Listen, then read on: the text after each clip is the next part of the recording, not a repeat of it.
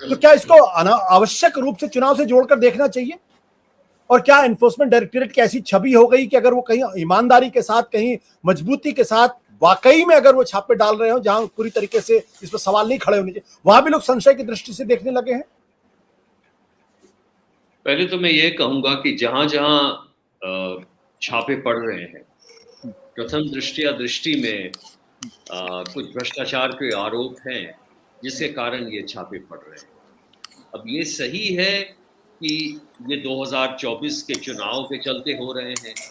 Number 2, ये भी सही है कि ये एक राजनीतिक पहल है, क्योंकि अपने पार्टी के जो महानुभाव लोग हैं जिनके खिलाफ करप्शन चार्जेस हैं, चाहे इरिगेशन के हैं या कई और चार्जेस हैं, उनके खिलाफ कार्रवाई नहीं हो रही है।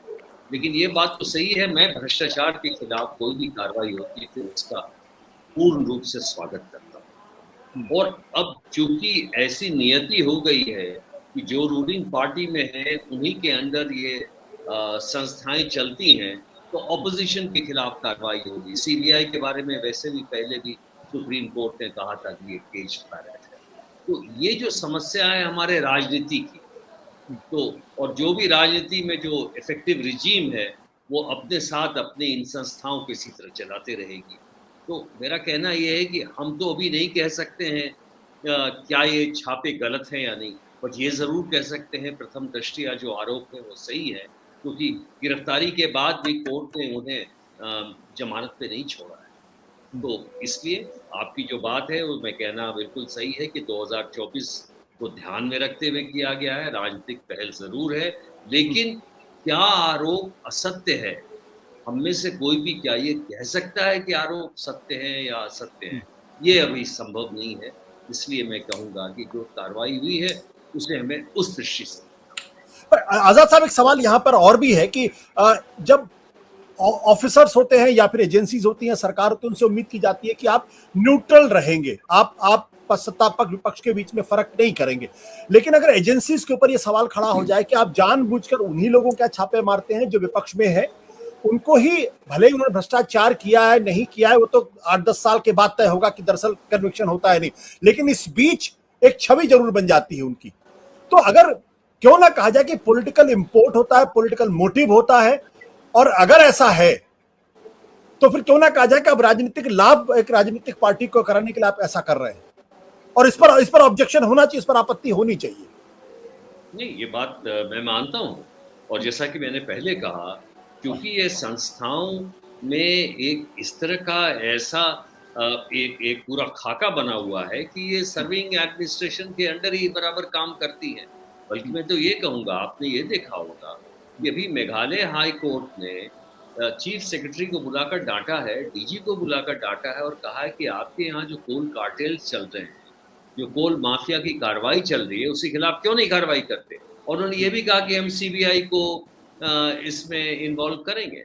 अगर मैं सीबीआई का चीफ होता, मैं सरकार को कहता कि हाई कोर्ट ने ये कहा है और मैं इसका प्रिलिमिनरी इन्वेस्टिगेशन करना चाहता हूँ, जो कि नहीं हो रहा। दूसरी बात, व्यापम का जो आरोप है वो एक भयानक भ्रष्टाचार है मध्य प्रदेश में। उसी काटरता हूँ, विनोद जी ने सही कहा, जिसके बारे में जो जांच है वो थम सी गई है। 42 से 43 आदमी ने तो वहां पे सुसाइड किया हुआ है। तो सवाल ये है कि जब हमारी राजनीति इस तरह की है, आप इसके बारे में क्या कर सकते हो? देखिए, आप 1861 का पुलिस एक्ट बना और 19th सेंचुरी में सारे क्रिमिनल लॉज बने। ये सारे क्रिमिनल लॉज इसलिए बने थे कि जो अंग्रेज सरकार है उनके अंडर में सारी व्यवस्थाएं बिल्कुल ही सही तरीके से काम करें। आज का समय आ गया है कि पुलिस को थोड़ी स्वायत्ता की आवश्यकता है। अगर ईडी और पुलिस और सीबीआई को आपने स्वायत्ता दी तो शायद दोनों के खिलाफ कार्रवाई होती, लेकिन इस स्वायत्ता के बारे में कौन लड़ रहा है? इस राजनीतिक व्यवस्था के बारे में कौन कुछ क्या कह रहा है? हम या तो एक शॉर्ट टर्म सॉल्यूशंस पे जाते हैं कि भाई ये तो बड़ा अत्याचार कर रहे हैं, तो पहले तो केज्ड पैरेंट तो सुप्रीम कोर्ट ने पुरानी व्यवस्था में कहा था, तो इसको हम कैसे ठीक करें? सारी पार्टियां जाएंगे नहीं, और जब तक ये राजनीतिक ये बवाल चलता रहेगा हमारी इसी तरह की व्यवस्था रहेगी। बिल्कुल। राकेश जी, आपकी क्या राय इस पूरे मसले, जिस तरीके से अभी यशोधन आजाद साहब ने कहा कि व्यापम एक भयानक भ्रष्टाचार हुआ है, लेकिन केंद्र सरकार का कोई भी एजेंसी वहां जाके छापे नहीं मारती, वहां कोई रेड नहीं करती, किसी को गिरफ्तार नहीं करती। और व्यापम में यह भी देखने में आया कि बहुत सारे जो बहुत विटनेसेस थे, उनमें से कईयों की मौत भी हो गई, बड़ी संदिग्ध स्थिति में मौत, और एक दो की नहीं, कम से कम आधे दर्जन ऐसे लोग होंगे जिनकी मौत हुई है उसमें। और इतना संदिग्ध मामला होने के बाद भी ना तो ईडी की नजर वहां जाती है, ना सीबीआई की नजर वहां जाती है, और ना ही पुलिस कोई कार्रवाई करती है। सत्य हिंदी का ऐप डाउनलोड करें गूगल प्ले स्टोर पर।